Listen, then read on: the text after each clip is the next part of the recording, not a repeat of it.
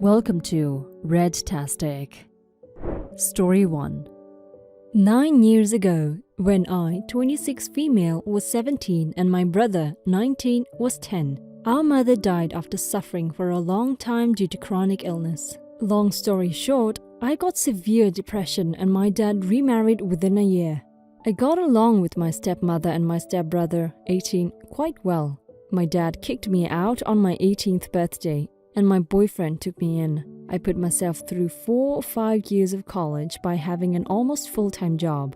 After graduation, I landed a managing job with insanely good salary and was able to pay the rest of my college debt and save a decent amount. My brother is my everything since he is all family I have left. August 2019, he told me our dad is kicking him out too, and my boyfriend and I took him in to live with us on 3 conditions. Stay out of trouble, do some minor chores, keep up the good grades. He followed these rules and even got a part-time job to help out with groceries. He and I had no contact with our dad the whole time, just occasionally with our stepbrother who we consider a friend. When he started college last summer, I said I would pay for it if he continues following the rules. He did, and I paid. I'm incredibly proud of him because he's only getting A's and doing really good. Somehow dad, stepbrother and stepmother found out I was paying. Stepbrother is going to start college this summer and they can't afford it without taking on a huge debt. So stepmother called and asked me point blank if I would pay for stepbrother too.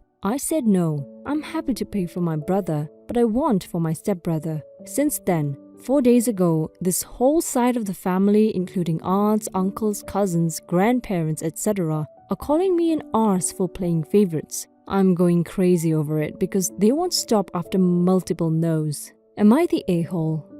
Edit. To answer if stepbrother still lives with them. Yes, he does. He turned 18 mid-November 2020. Edit 2. The family calling me out now are all from my dad or my stepmother. My mother has no family left. Also, I reached out to them after I was kicked out, but they never answered. It's the first time they are reaching out to me. Update. Thank you all for comments and the awards. A few hours after I posted this, I started to dig because I was wondering how they found out I was paying for my brother, since no one apart from me, my boyfriend, my brother, and my bank agent know. Turns out, a friend of my stepmother works in the administration office of the college, and she told my stepmother I was paying. I went furious as this is a clear violation of confidential information and I'm currently working with my lawyer to sue her for this. Now onto the real issue. Shortly after I posted, I reread the texts I got from my extended family. To me, they seemed off. Something was irritating me and I figured out what exactly. It was the way they accused me and blamed me that I ticked it off.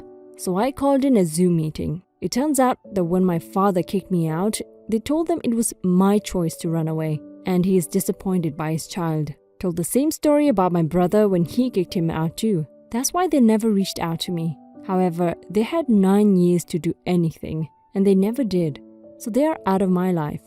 I blocked them and don't want to hear from them again.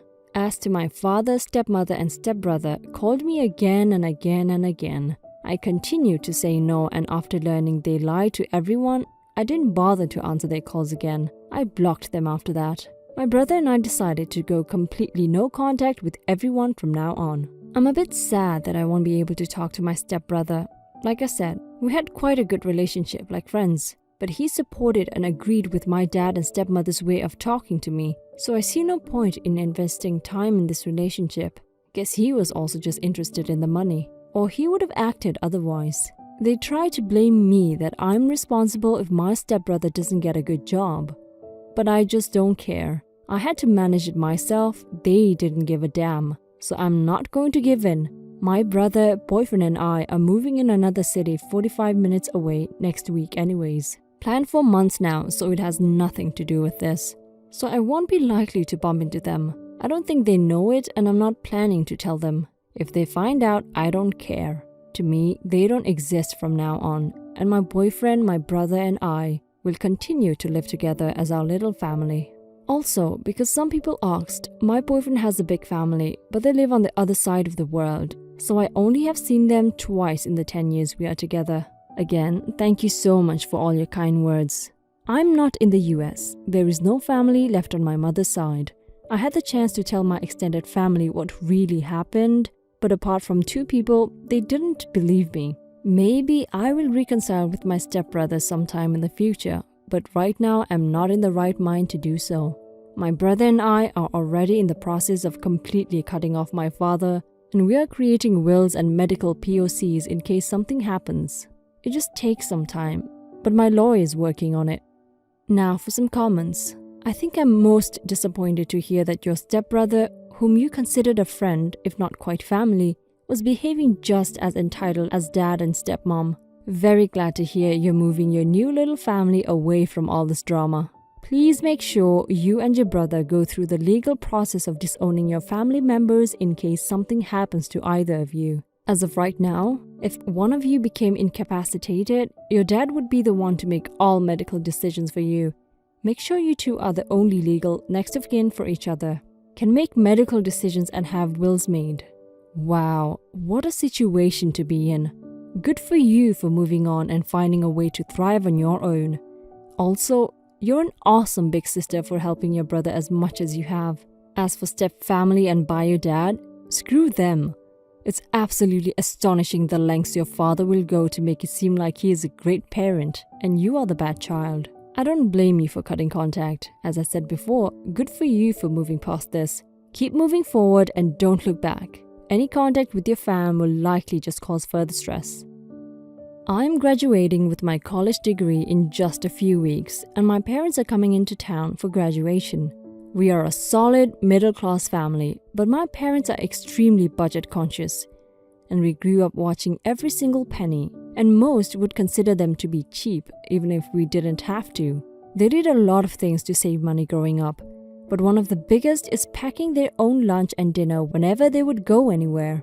Sporting events, concerts, vacations, anywhere you could see them with a huge cooler filled with sandwiches or a portable tailgate grill to cook up something in the parking lot. They never go out to eat. And while that's fine and taught me good money habits, the inconvenience of it all got to be a pain. From lugging giant coolers around all day to losing space in the car for road trips. To honestly the embarrassment of the weird looks we would get from grilling in the hotel parking lot. It just registered that it wasn't normal. The older I got, the less sense it made. Especially when you're on a vacation, the last thing I want to do is run to the grocery store or have to put in some work to get my meal. On top of that, I always enjoy trying new restaurants and different food. So when I got into doing things on my own, I realized I wasn't going to be this way. For some reason, packing sandwiches is something that is really important to them. I don't know what it is, but anytime there's a suggestion to do something other than that, they don't take it well. On the day of my graduation, it was suggested that they pack sandwiches for lunch and eat them in the parking lot after graduation was over. I raised an objection to it, saying that I will have just accomplished something big, and quite frankly, the last thing I want to do is immediately set up lawn chairs and sit out in the heat in dress clothes eating a sandwich, and that we should go to one of the cool places in my college town. I suggested we go somewhere low-key and not remotely expensive, enjoy a nice meal and just relax and enjoy the day. They went on to lecture about how, well, this is what we do, and all sorts of other stuff. So I just resorted to saying I was going to go out with some friends instead, but I'd be happy to hang out with them after that. I really don't want to be pampered or spoiled or go to some 5-star steakhouse, but I was irked that my once-in-a-lifetime accomplishment would just be shrugged off, and we would treat it like any other day. They didn't take this well and got upset at me, calling me ungrateful and saying I was being difficult for no reason. They're still going to come, but the conversation has surely been a sore spot. So am I the a-hole for wanting to do something different, or should I have just gone with what they wanted to keep them happy? Now for some comments.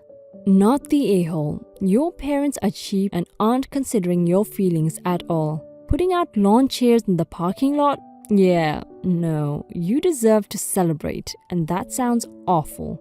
If they can't come around to just go into a cheap restaurant, they are being unreasonable. Not the a-hole. This is both hysterical and sad. What are they saving for, if not some special occasion?